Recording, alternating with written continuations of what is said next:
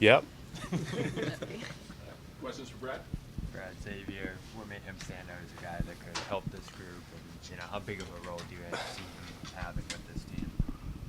Well, I don't think, whatever happens with roles, I mean, we have one goal, right? And that goal is to ultimately win it and to be our best that we can possibly be as we continue to move forward. But we've always liked Xavier. He is obviously big and strong, moves his feet well laterally.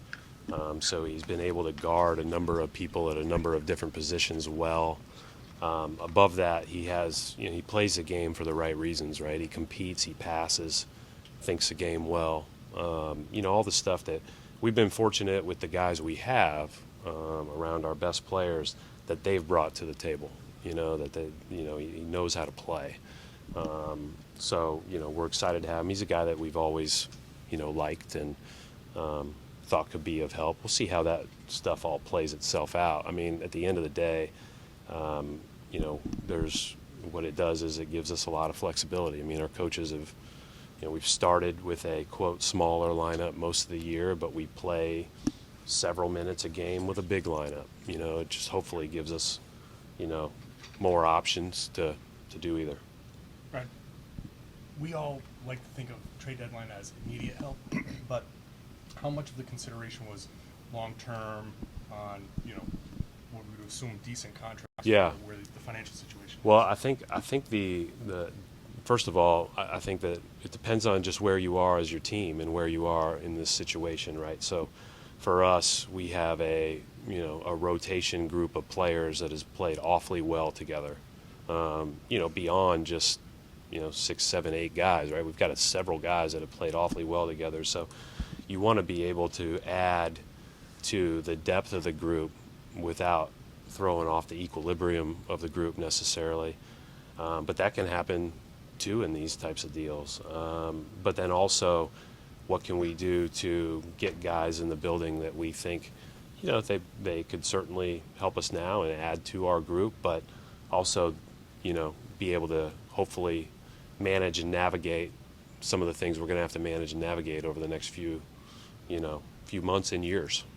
So it is certainly, and I think the Springer thing, when you think about like a guy that's still on his rookie scale contract, and he's younger than most of the guys that we're looking at in the draft, right? So that was just an opportunity for us to bring in a guy who we think he is an athlete that can play athletically in the playoffs, right? But he also has a lot of growing to get better, and he's committed to that, and he's got a long runway ahead of him. So we'll see how this year shakes itself out for him, see how it all fits with the team, but he's a guy that we believe in. When you guys played in Philly in mid-November, went on a 20-4 run, and then he flipped the momentum of the game in that second quarter, got the crowd into it. How much of a factor was that in terms of tracking his development maybe a little closer and ultimately trading for him? I would say that wasn't a huge factor. We've tracked his development pretty closely over the years. We liked him in the draft a few years ago. He was the youngest player in that draft, and again, he's still a puppy. He's still 21 years old, and so I would say that the preseason game here had more of an impact than that. So we were already like, whoa, that looks like strides. And the other thing that everybody that is nuts like us watches is all the G League stuff, and he was unbelievable in the G League playoffs last year, and he's done a lot of good things against us when he's been up in Maine, and we've seen him live several times up there. So he's a guy we've been tracking for a while. Brad, what's it like to talk to a conference or a rival? Like you're calling Daryl, is it like silence on the phone? Like what's it like to work a trade out with someone you guys are trying to beat each other's heads in? Yeah, I think everybody's got to do what they think is best for their organization in that moment at that time. And I think the other reality is maybe we all have different evaluations of people, and that's part of it. I don't know where they stood or where they stand or how it impacts them. I know what it opens up.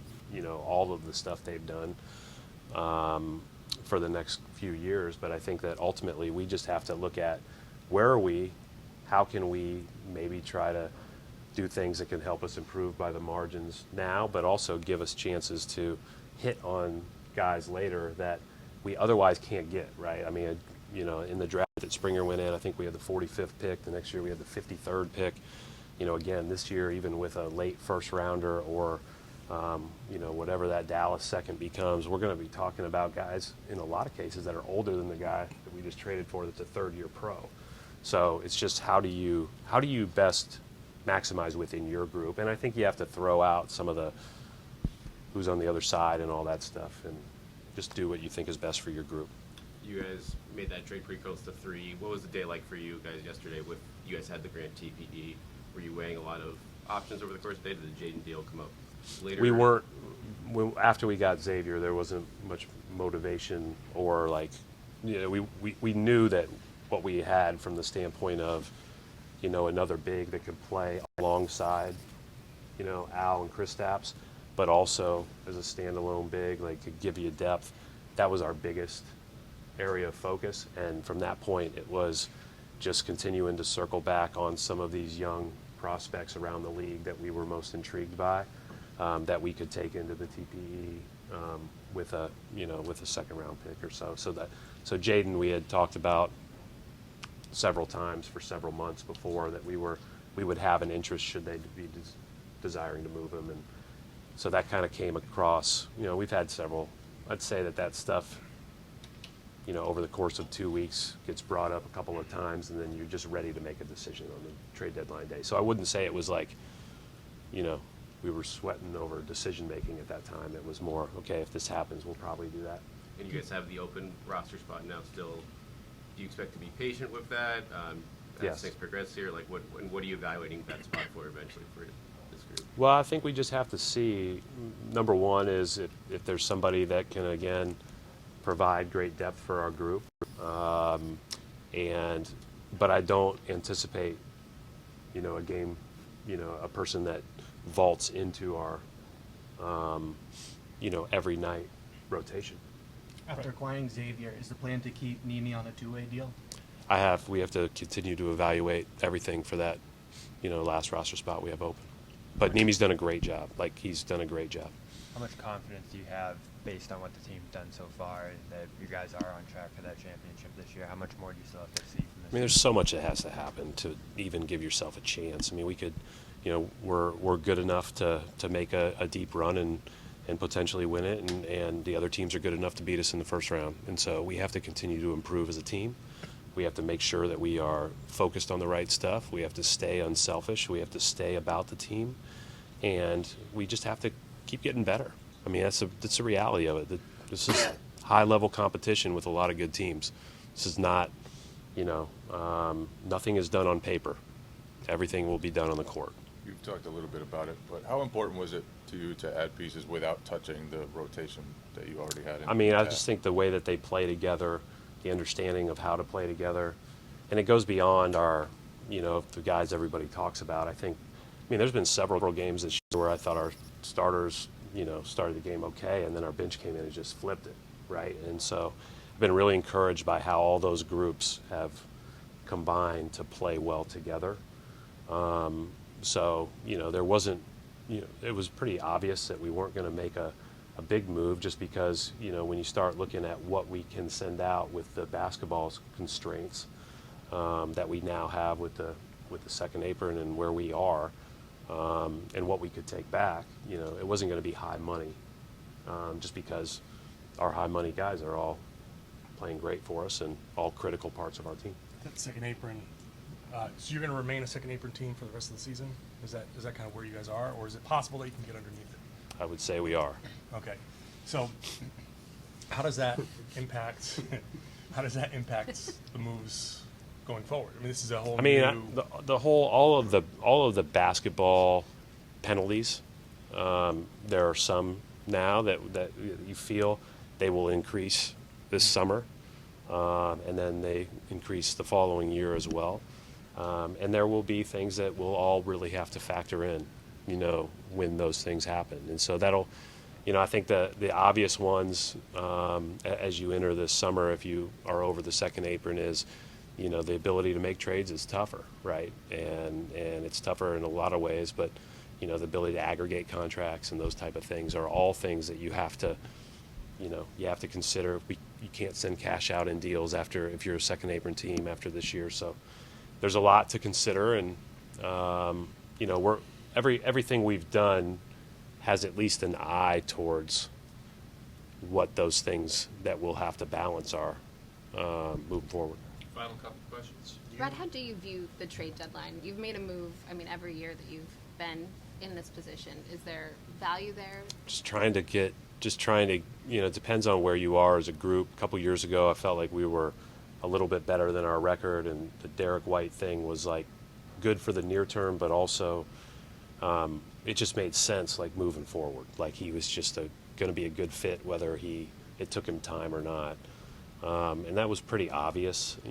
Most of the time, I think when you're in a position like we are, or some of the other teams that have been, playing well throughout the year, and with these, different basketball penalties with the second apron, there's not much that you can do. For us, it is about how do we balance fortifying ourselves this year to give ourselves our best chance this year, and also give ourselves options moving into the future, because we're going to be limited in what we can do. You did 2 deals with teams that you did deals with back in the offseason.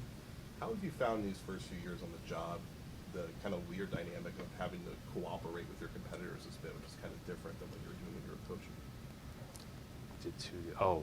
Portland and Memphis.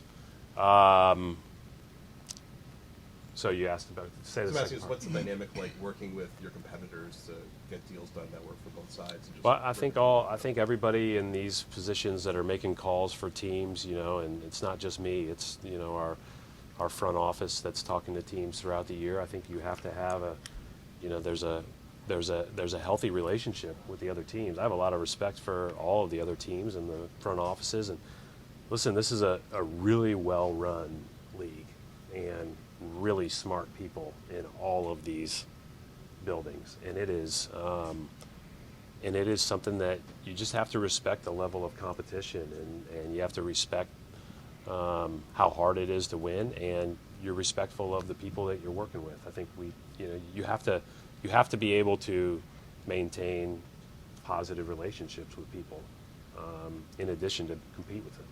Joe recently said that one of his biggest areas of growth this season is when he calls a set, making sure the team sees it the same way, so it doesn't bog down the offense or throw off the rhythm. From your sense, what of his biggest areas of development from last season to this one? I think Joe's always been a guy that was a really good coach, and just like, if you're writing, or if somebody else is teaching, or somebody else is working in finance or whatever, they should be better the next year than they were the year before. And that's just the way that people go. But he's a talented guy. He does a lot of good things. I don't know that I would have signaled that as the thing, but maybe he was just looking for something to say in that moment.